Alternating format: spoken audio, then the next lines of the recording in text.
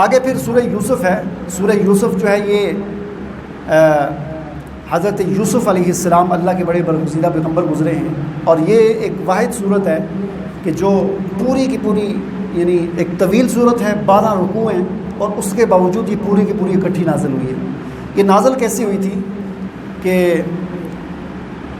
حضور علیہ السلام کی مکی زندگی میں آخری دور تھا، یعنی آپ کی ہجرت سے 1 سال پہلے کا زمانہ ہے. بڑے سخت قسم کے حالات ہیں.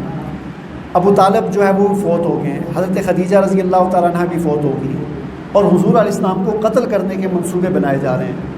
اس قسم کے حالات ہیں. ان حالات میں ساتھ ساتھ سازشیں بھی ہو رہی ہیں، ساتھ ساتھ اعتراضات بھی ہو رہے ہیں، سارا کچھ چل رہا ہے.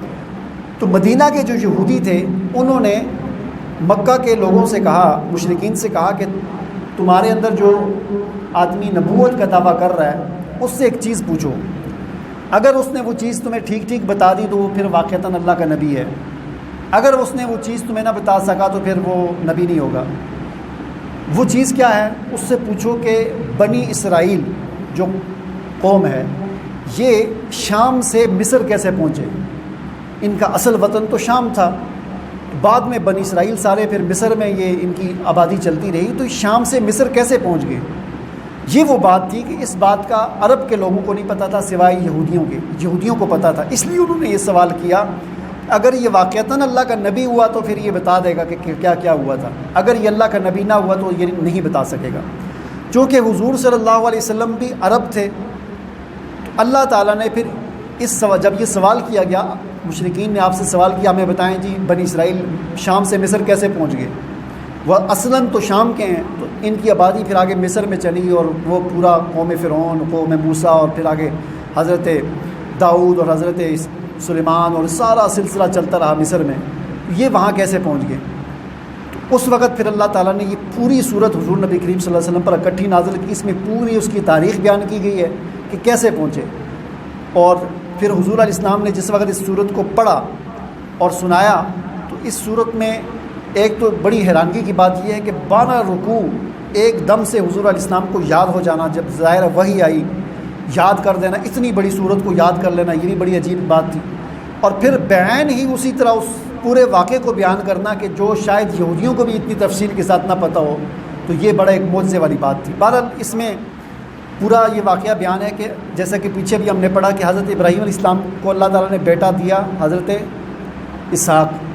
اسحاق کے بیٹے ہوئے حضرت یعقوب علیہ السلام. یعقوب علیہ السلام کے پھر بیٹے تھے حضرت یوسف علیہ السلام.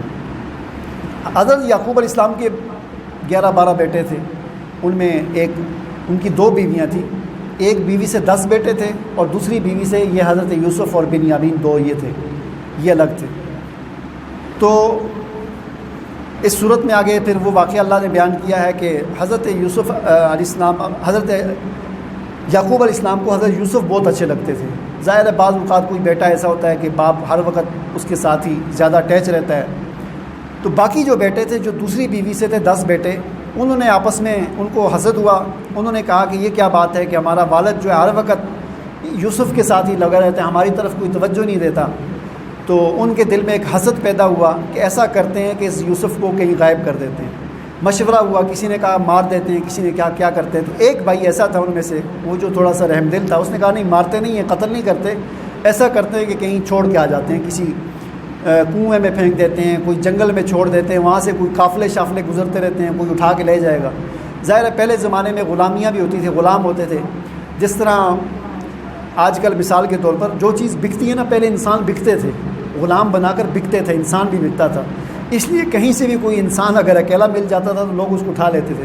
جیسے آج کل اگر موبائل ادھر گلی میں کوئی پھینک دے تو 5 منٹ کے بعد دیکھیں وہ موبائل نہیں ملے گا آپ کو، کوئی نہ کوئی اٹھا کر. ظاہر قیمتی چیز ہے نا، بکنے والی چیز ہے. لیکن کسی بچے کو اگر آپ اس گلی میں چھوڑ دیں تو بچہ گم نہیں ہوگا. اگر کوئی اٹھائے گا بھی تو مسجد میں آ کر اعلان، کیوں؟ اس لیے کہ بچہ بکتا نہیں ہے. اگر یہ بھی پہلے زمانے میں جس طرح بچے بھی بکتے تھے، بکنے والی چیز ہوتی، تو آج کل بھی بچے گم ہو رہے ہوتے. تو چونکہ آج کل بکتے نہیں ہیں تو اس لیے گم بھی نہیں ہوتے. تو پہلے زمانے میں یہی تھا. تو انہوں نے یہی منصوبہ بنایا کہ جہاں سے قافلے گزرتے ہیں نا، وہاں پر چھوڑ دیتے ہیں یوسف کو. کوئی قافلے والے اٹھائیں گے، دیکھیں گے بچہ مل گیا تو اٹھا کر لے جائیں گے اور جا کر بازار میں بیچ دیں گے، ہماری بھی جان چھوٹ جائے گی. یہ انہوں نے منصوبہ بنایا.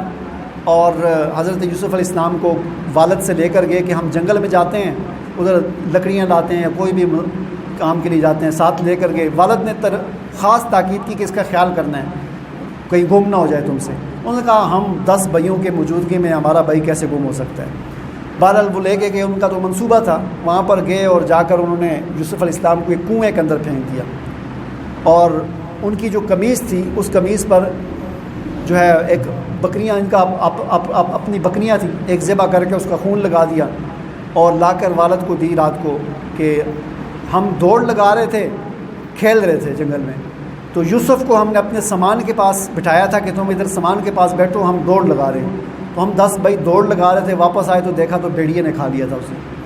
تو حضرت یعقوب علیہ السلام نے کہا کہ رونے شروع ہو گئے، بڑے پریشان ہو گئے۔ انہوں نے کہا یہ کیسا بھیڑیا تھا کہ جس نے یوسف کو بیچ میں سے کھا لیا، قمیض اوپر سے ثابت ہے، اس میں سے کوئی پھٹی ہوئی نہیں ہے، یہ کیسا؟